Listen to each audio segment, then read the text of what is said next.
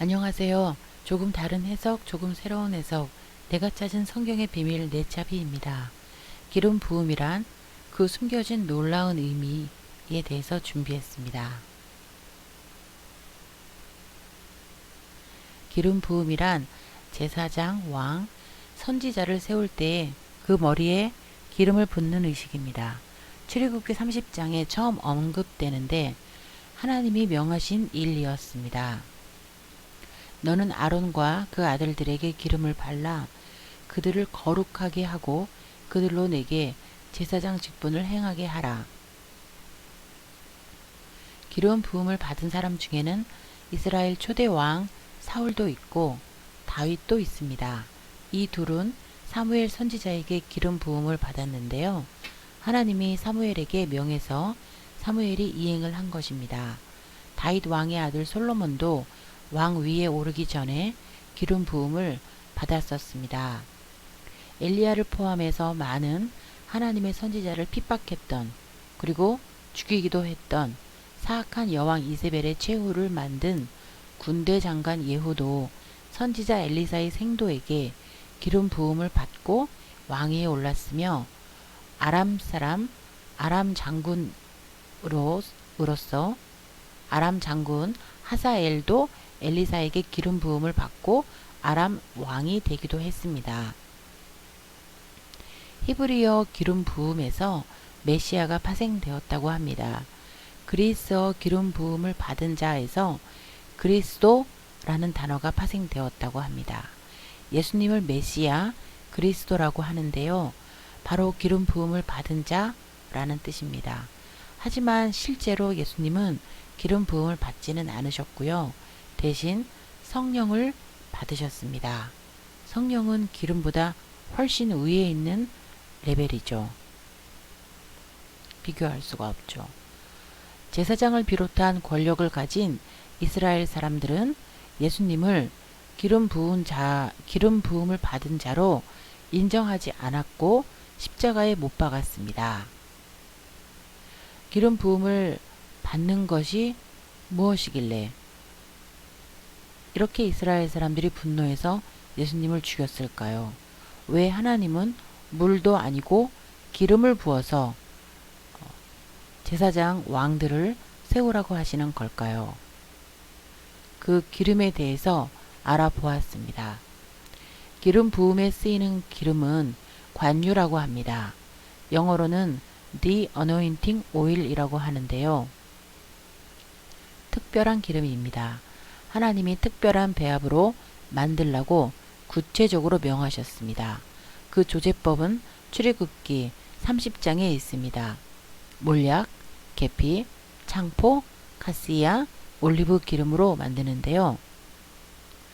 이 관유는 하나님의 성막에서 사용되어지며 성막에서만 사용되어져야 합니다. 그리고 거룩한 기름입니다. 다른 목적으로 만들거나 호기심으로 냄새를 맡거나 임의대로 누군가에게 부어주고 바르면 죽을 것이라고 하나님께서 경고하셨습니다. 그러니까 왜 하나님은 제사장, 왕, 선지자를 세울 때 기름을 부어서 세우라고 하셨을까요? 저는 두 가지 의미를 찾았습니다. 첫 번째는 이 기름에 물과 섞이지 않는 기름처럼 구별된 삶을 사는 사람이 되라는 거 봅니다. 이 기름이 물과 섞이지 않는 기름의 특성대로 구별된 삶을 살라는 의미 있고요. 두 번째는 기름은 물 위에 뜹니다. 기름의 특성이죠. 그것처럼 기름 부음을 받은 자는 백성 위에 지도자의 위치에 있게 된다는 것을 의미한다고 저는 생각을 합니다. 하지만 더 있습니다. 이제 보도록 하겠습니다. 이 기름에 물과 섞이지 않는 이 특성은 하나님이 우리에게 요구하시는 거룩함과 같은 특성이라고 했는데요. 우리말 거룩함에 해당되는 히브리어는 카도시입니다. 라고 합니다. 카도시의 어근은 분리, 격리의 뜻을 가지고 있는데요. 구별되는 삶, 그것을 거룩함이라고 성경에서는 얘기하고 있습니다. 그래서 하나님은 기름을 부어 제사장, 왕, 선지자를 세우라고 명하셨고, 그래서 기름이어야 한 것입니다. 죄악에서 분리된, 세상에서 구별된 삶을 살 것과 물 위에 뜨는 것처럼 백성 위에 있는 지도자의 위치를 부여하는 것입니다. 더 나아가서 기름과 물에는 하나님의 특성이 많이 보입니다.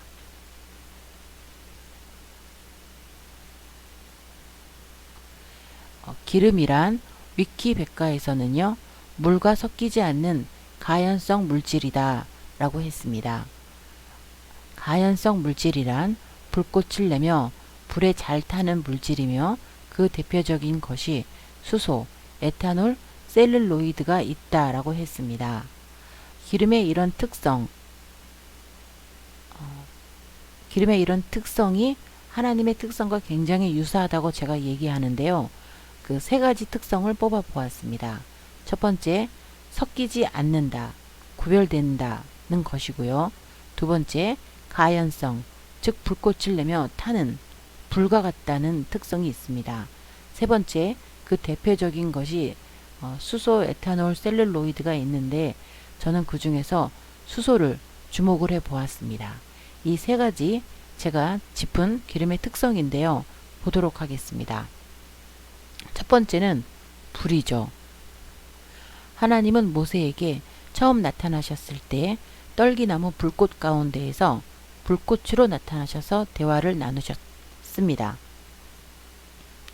또 하나님은 출애굽한 이스라엘을 불기둥으로, 또 구름기둥은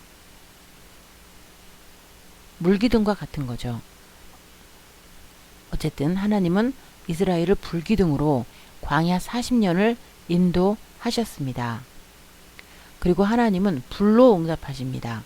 선지자 엘리야가 850대 1의 싸움을 갈멜산에서 할 때에 불로 응답하셨고, 기드온이 사사기에 기드온이 나오는데요. 그 기드온이 가지고 온 예물을 불로 사르시며 기드온에게 표징을 주신 것입니다. 또 하나님의 모습은 불처럼 보인다고 기록이 되어 있는 것을 우리가 알 수 있습니다. 스가랴서 2장 5절에 하나님은 불성각이 되시겠다 하셨습니다. 또 신명기 5장 4절에 여호와께서 산 위 불 가운데에서 너희와 대면하겠다 말씀하셨습니다. 그리고 출애굽기 24장에 여호와의 영광이 맹렬한 불같이 보였다 라고 기록이 되어 있습니다. 기름이 가연성 물질을 통틀어 말하는 것이라고 말씀드렸는데요. 그리고 그 대표적인 것이 수소. 그러니까 기름은 가연성 물질 하면 수소. 그러니까 기름은 수소다, 이렇게 말을 할 수도 있습니다. 그런데 이 수소의 특성이 아주 이상합니다. 수소는요, 기름과 물의 성질을 동시에 가진 원자라고 생각합니다. 즉, 불과 물의 성질을 동시에 가졌다는 얘기입니다. 수소 자체는 기름, 즉 불의 성질인데 이름부터 하이드로젠입니다. 하이드로는 물을 의미하죠. 불의 성질을 가졌는데 그 이름에는 물이 들어가 있습니다. 수소 원자 2개에 산소 원자 1개가 결합되면 H2O, 즉 불과 정반대의 성질인 물이 됩니다. 아주 특이한 원자인 거죠. 물과 불의 두 얼굴을 가진 원소가 수소입니다. 산소도 조금 비슷합니다. 물을 만드는 산소 원자는 불이 날 때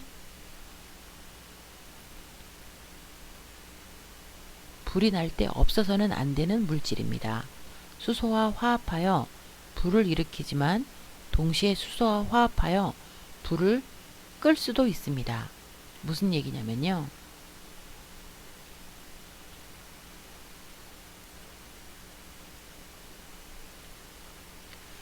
수소는 급격히 불에 타는 가연성 연료인데 이 수소가 불에 탈 때에 물이 만들어진다는 얘기입니다. 이 수소는 자연 발화 온도가 대략 500도씨이고 순수한 수소산소의 불꽃은요, 맨눈으로는 거의 볼 수 없는 매우 밝은 빛을 방출한다고 합니다. 예수님께서 변화산에 올라가셨을 때 매우 밝은 하얀 옷을 입으신 그런 빛이 방출되었다고 볼 수 있을 것입니다. 거기다가 수소는요, 온 우주에 가장 많이 있는 원소입니다. 우주의 75%를 구성하고 있으며 원자번호 1번입니다. 우주를 이루는 기본이라 할 수 있다고 봅니다. 이는 하나님의 특성과 매우 유사합니다. 하나님은 우주를 만드셨고 불 가운데 나타나시고 물을 다스리니까요. 정리를 해드리면 수소 원자는 우주에 가장 많이 분포하고 원자번호 1번이며 물도 되었다가 불도 되는, 마치 구름 기둥과 불 기둥으로 함께 하셨던 하나님의 모습 같습니다. 그러면서 기름이라는 것은 물과 섞이지 않고 구별되는, 물 위에 고고하게 뜨는 그러한 특성은 제사장, 왕, 선지자를 상징하기에 충분한, 그래서 하나님은 기름 부음의 의식으로 제사장, 왕, 선지자들을 세우신 것입니다. 하나님께서 출애굽기 30장 30절에 말씀하셨습니다. 너는 아론과 그 아들들에게 기름을 발라 그들을 거룩하게 하고 그들로 내게 제사장 직분을 행하게 하라. 또 말씀하셨습니다. 레위기 3장 모든 기름은 여호와의 것이니라. 이는 너희 모든 처소에서 대대로 영원한 규례니라. 감사합니다.